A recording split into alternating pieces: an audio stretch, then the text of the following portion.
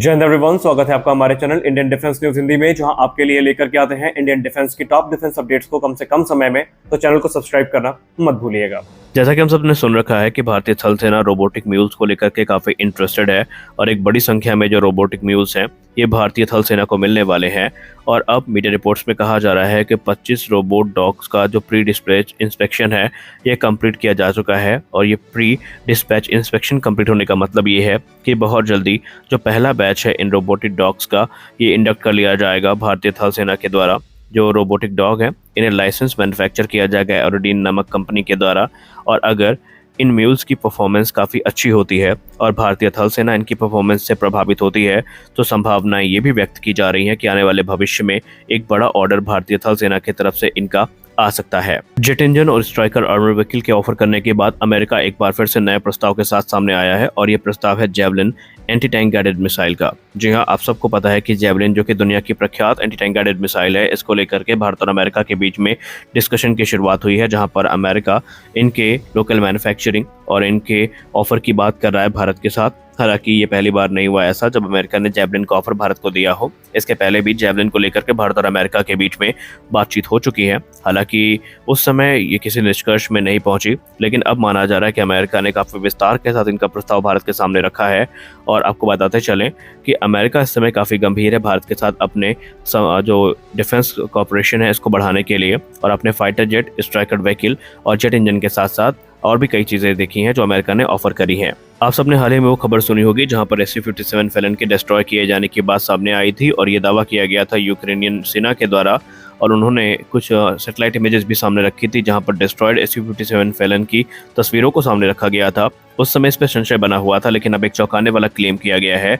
Ukrainian air force के commander ने ये क्लेम किया है कि रशिया ने गुस्से में आकर के अपने सभी SU-57 फैलन को लाइव कॉम्बैट में डिप्लॉय कर दिया है और 20 से लेकर के 21 जून के बीच में मध्य रात्रि को जो नाइट स्ट्राइक मिशन है ये SU-57 फैलन ने एग्जीक्यूट किए हैं। दिक्कत की बात यह है कि ये एयरक्राफ्ट ना तो यूक्रेनियन रेडार सिस्टम को दिख पा रहे हैं और ना ही उनके जो एयर डिफेंस सिस्टम है वो इनको डिटेक्ट कर पा रहे हैं, जो कि उनके लिए बड़ा सरदर्द बन चुके हैं। यानी अब हम ये कह सकते हैं कि लाइव कॉम्बैट शुरू हो चुकी है SU-57 फैलन की और ये अब एक कॉम्बैट प्रूवन एयरक्राफ्ट बनने की राह में अग्रसर है। जैसा कि हम सब सुनते आए हैं कि इस समय MTA प्रोग्राम के अंतर्गत लॉकहीड मार्टिन हो गया, एम्ब्रेयर हो गया, एयरबस हो गए, ये अपने अपने प्लेटफॉर्म को ऑफर करने में लगे हैं। लेकिन क्या आपको पता है कि साइलेंटली हिंदुस्तान एरोनॉटिक्स लिमिटेड भी अपने इस प्रोग्राम को लेकर आगे बढ़ रही है।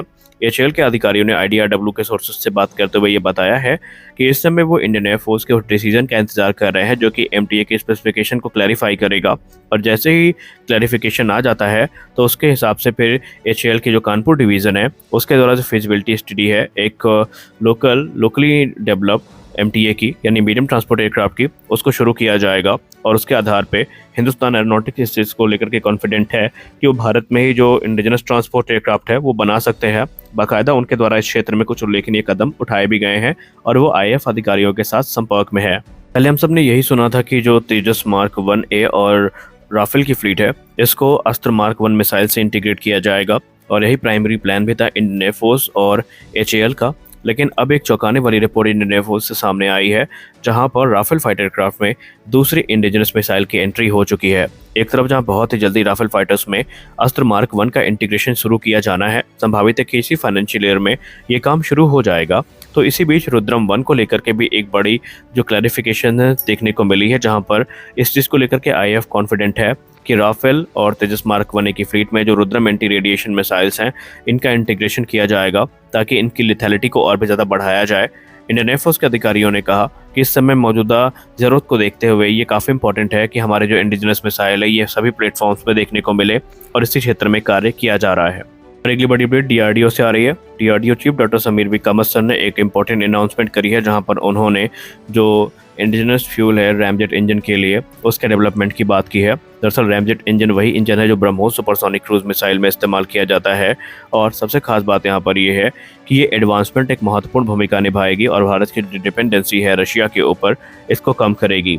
जो इंडिजिनस फ्यूल है रैमजेट और स्क्रैमजेट इंजन के लिए, ये एक बहुत ही महत्वपूर्ण मोमेंट है भारत के लिए, क्योंकि भारत की डिफेंस कैपेबिलिटीज इनसे निस्संदेह काफ़ी ज़्यादा इन्हेंस होगी। रैमजेट इंजन की बात करें तो ये सुपरसोनिक क्रूज मिसाइल ब्रह्मोस को पावर करती है और ये basically air breathing propulsion technology पर रिलाई करती है, जो कि इन्हें हाईली एफिशिएंट बनाता है हाई स्पीड में। वही स्क्रैमजेट इंजन की बात करें तो ये रैमजेट का ही एक वेरिएंट है जो कि हाइपरसोनिक स्पीड के लिए डिज़ाइन किया जाता है। और इनके लिए जो फ्यूल है इसको विकसित करने का मतलब ये है कि भारत की जो डिपेंडेंसी है दूसरे कंट्रीज़ पे ये कम हो चुकी है और ये काम भारत अब स्वदेशी तौर पर कर सकता है। तो आज के इस वीडियो में बस इतना ही, मिलते हैं अगले वीडियो में कुछ और अपडेट्स के साथ, तब तक के लिए जय हिंद।